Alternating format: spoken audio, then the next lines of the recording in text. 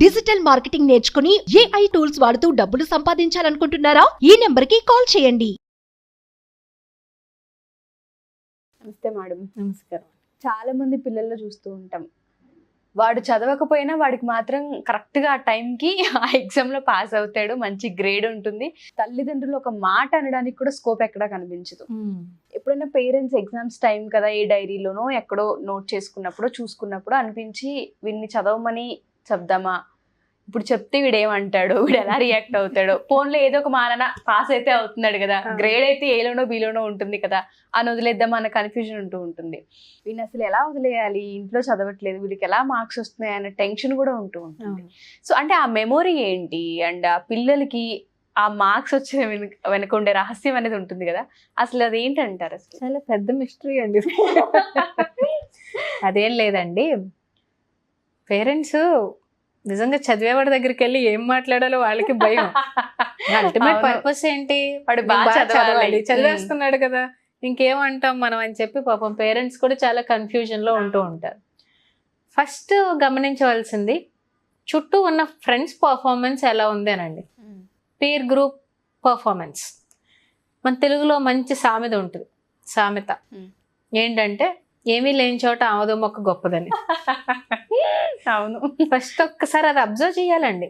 అంటే relative competition క్లాస్లో ఎలా ఉంది, క్లాస్లో 25 మంది పిల్లలు ఉంటే ఎప్పుడు వీడే ఫస్ట్ వచ్చేస్తున్నాడు అంటే క్లాస్లో ఇంకా కాంపిటీషన్ లేనట్ట అనేది ఫస్ట్ గమనించాలి.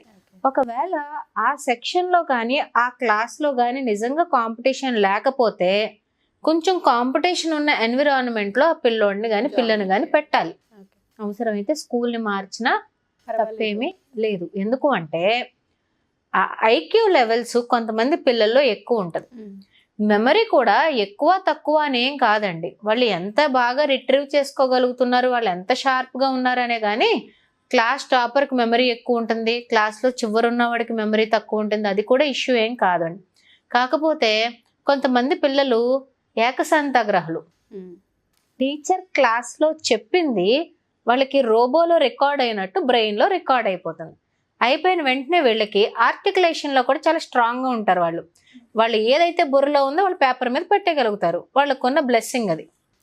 ఇప్పుడు ఏమవుతుంది, క్లాస్లో విన్నది విన్నట్టు వీళ్ళు పేపర్ మీద పెట్టేయగలుగుతున్నారు. దెన్ ఎందుకు చదవాలి, చదవలసిన నీడ్ ఎక్కడుంది? ఇది ఒక బ్లెస్సింగ్గా ఐడెంటిఫై చేసి పేరెంట్స్ ఏం చేయాలి అంటే, చిన్న అక్వేరియంలో పెద్ద ఫిష్ వేసినట్టు ఉంటుంది వాడి పొజిషన్. ఇప్పుడు వాడే కింగ్ లాగా, వాడే హీరోలా కనపడతారు. ఇప్పుడు ఈ ఫిష్ని తీసుకుని వెళ్ళి కొంచెం రివర్లోనో పాండ్లోనో ఓషన్లోనో వెయ్యాలి. వేసినప్పుడు రిలేటివ్ కాంపిటీషన్ అనేది పెద్దదవుతుంది. అంటే ఇన్నాళ్ళు క్లాస్లో నీకు పోటీ లేక కదా నీకు యాటిట్యూడ్ వచ్చింది, ఇప్పుడు నీకు పోటీ అనేది క్రియేట్ అవుతుంది. క్రియేట్ అయినప్పుడు ఏమవుతుంది అంటే they will enhance their system. ఇప్పుడు ఈ సక్సెస్కి అలవాటు పడ్డాడు కదా, ఎప్పుడు క్లాస్ ఫస్ట్ వచ్చే విధానానికి అలవాటు పడ్డాడు కదా, ఇప్పుడు ఎవరైనా రెండో వాళ్ళు ఫస్ట్ వస్తే తట్టుకోలేడు.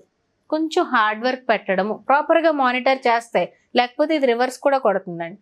ప్రాపర్గా మానిటర్ చేస్తే సెకండ్ ఉన్నవాడు, థర్డ్ ఉన్నవాడు మళ్ళీ ఫస్ట్ పొజిషన్స్లోకి రావడం, ఈ ల్యాడర్ని క్లైమ్ చేసే ఇంట్రెస్ట్లో పడతారు.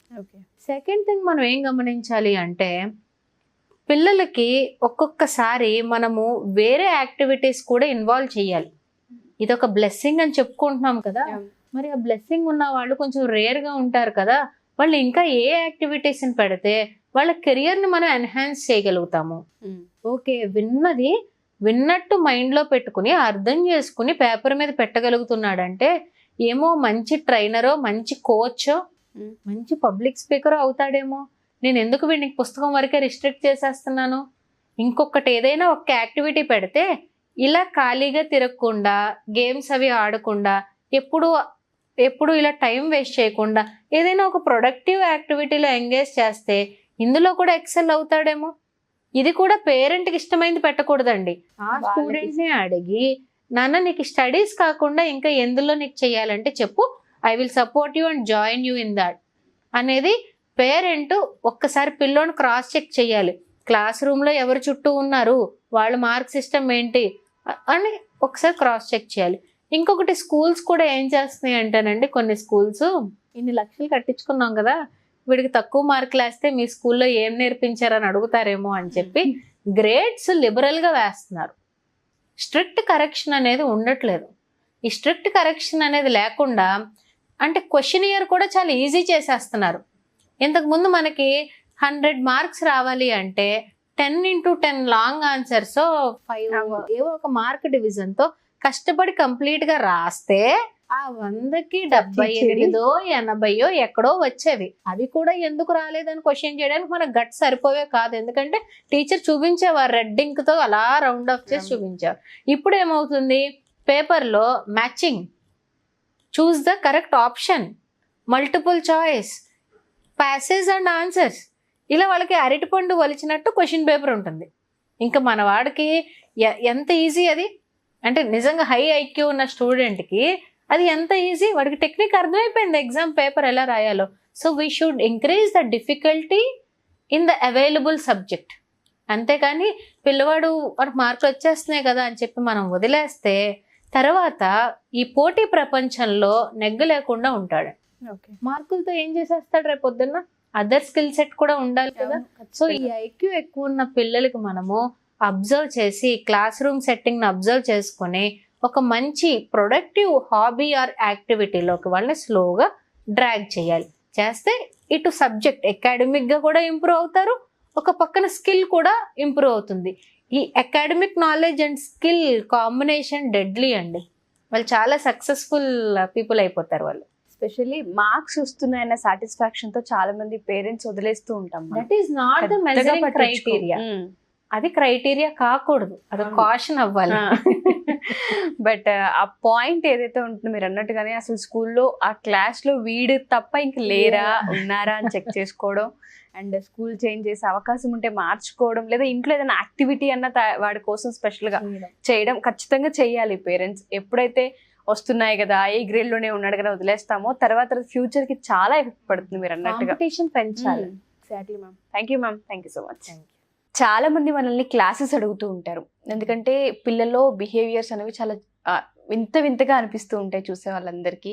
వాళ్ళు ఏం కమ్యూనికేట్ చేయాలనుకుంటున్నారో పేరెంట్స్కి అర్థం కాదు, పేరెంట్స్ చెప్పేది వాళ్ళు అర్థం చేసుకోరు.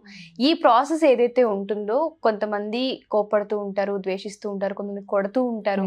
అండ్ ఇలా చేయడం వల్ల పిల్లల్లో మొండితనం పెరిగిపోతూ ఉంటుందని మీరే చాలా సందర్భాల్లో చెప్తూ ఉన్నారు. సో వాళ్ళకి కమ్యూనికేట్ చేసే విధానం కానివ్వండి, వాళ్ళకి కొన్ని అలవాట్లు నేర్పించాలన్నా, లేకపోతే హ్యాండ్ రైటింగ్ గురించి నేర్పించాలి అన్నా, స్టడీస్ పైన ఫోకస్డ్గా ఉండాలన్నా మన క్లాసెస్ వాళ్ళకి ఏ విధంగా హెల్ప్ అవుతాయి అంటారు? అండ్ క్లాసెస్ ఎక్కడెక్కడ తీసుకుంటారు? అసలు మనం both online and offline sessions తీసుకుంటున్నామండి. ఎందుకంటే ఒక్కొక్క ఇంట్లో ఒక్కొక్క డిఫరెంట్ సెట్టింగ్. సో మనం అది అర్థం చేసుకుని వాళ్ళకి సజెషన్ సొల్యూషన్ అనేది ఇవ్వాలి. సో ఈ స్క్రీన్ పైన ఉన్న నెంబర్కి కాంటాక్ట్ చేయగలిగితే వాళ్ళకున్న ఇష్యూని బట్టి మనము సొల్యూషన్ సజెస్ట్ చేయడం జరుగుతుంది. Thank you ma'am. Thank you so much. Thank you.